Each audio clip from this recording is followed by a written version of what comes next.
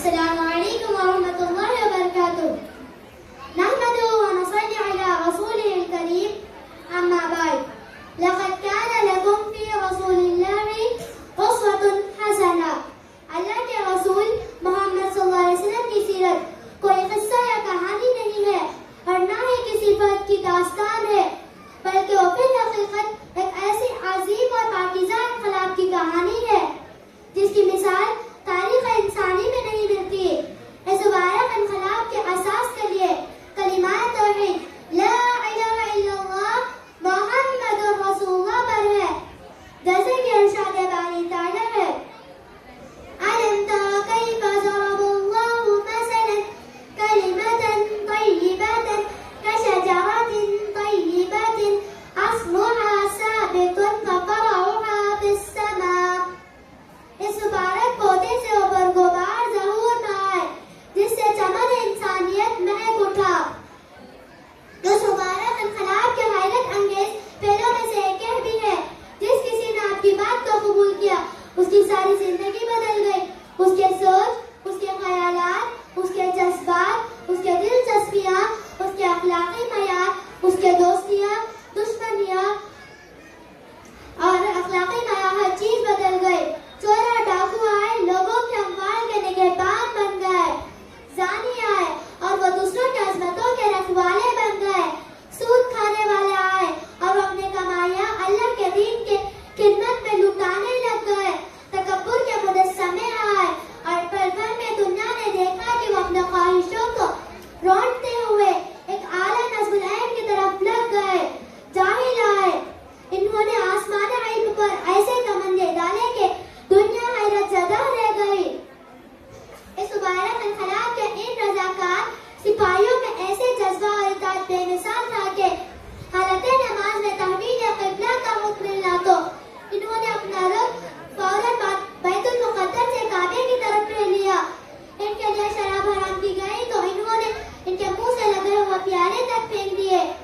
ان سے جب مالی مدد طلب کی گئی تو کسی نے اپنا گھر کا سارا سامان لا کر مسجد میں ڈھیر کر دیا اور کسی نے وہاں سارا سامان لاتے ہوئے اونٹوں کو لا کر کھڑا کر دیا اور کسی نے دن بھر کی کمائی لا کر رسول اللہ صلی اللہ علیہ وسلم کے پاس لا کر رکھ دیا.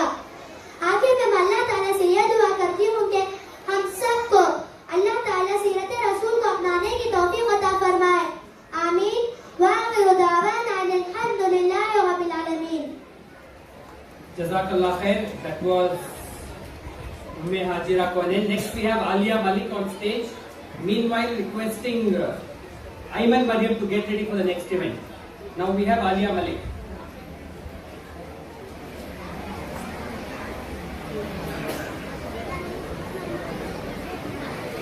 السلام علیکم ورحمۃ اللہ وبرکاتہ. نحمدہ ونصلی علی رسولہ الکریم. اما بعد. محترم سامعین، آج کی اس محفل میں میری تقریر کا عنوان ہے والدین کے ساتھ حسن سلوک. اللہ کی نعمتوں میں سے سب سے بڑی نعمت ماں باپ کی ہے. ماں باپ کی اہمیت ان لوگوں سے پوچھے جن کے والدین نہیں ہیں یا ان دونوں میں سے کوئی ایک نہ ہو. جن کے والدین اس دنیا میں ہیں وہ اللہ کی ایک بڑی نعمت ہے. اب اس نعمت کا حق یہی ہے کہ ہم ان کے ساتھ حسن سلوک کریں اور یہ ہر انسان پر واجب ہے.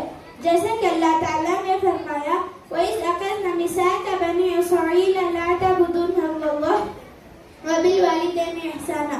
اور جب ہم بنی اسرائیل سے وعدہ کیے کہ تم اللہ کے سوا دوسروں کی عبادت نہ کرنا، ایک مرتبہ ایک صحابی اللہ کے رسول صلی اللہ علیہ وسلم کے دربار میں حاضر ہوا. فرمایا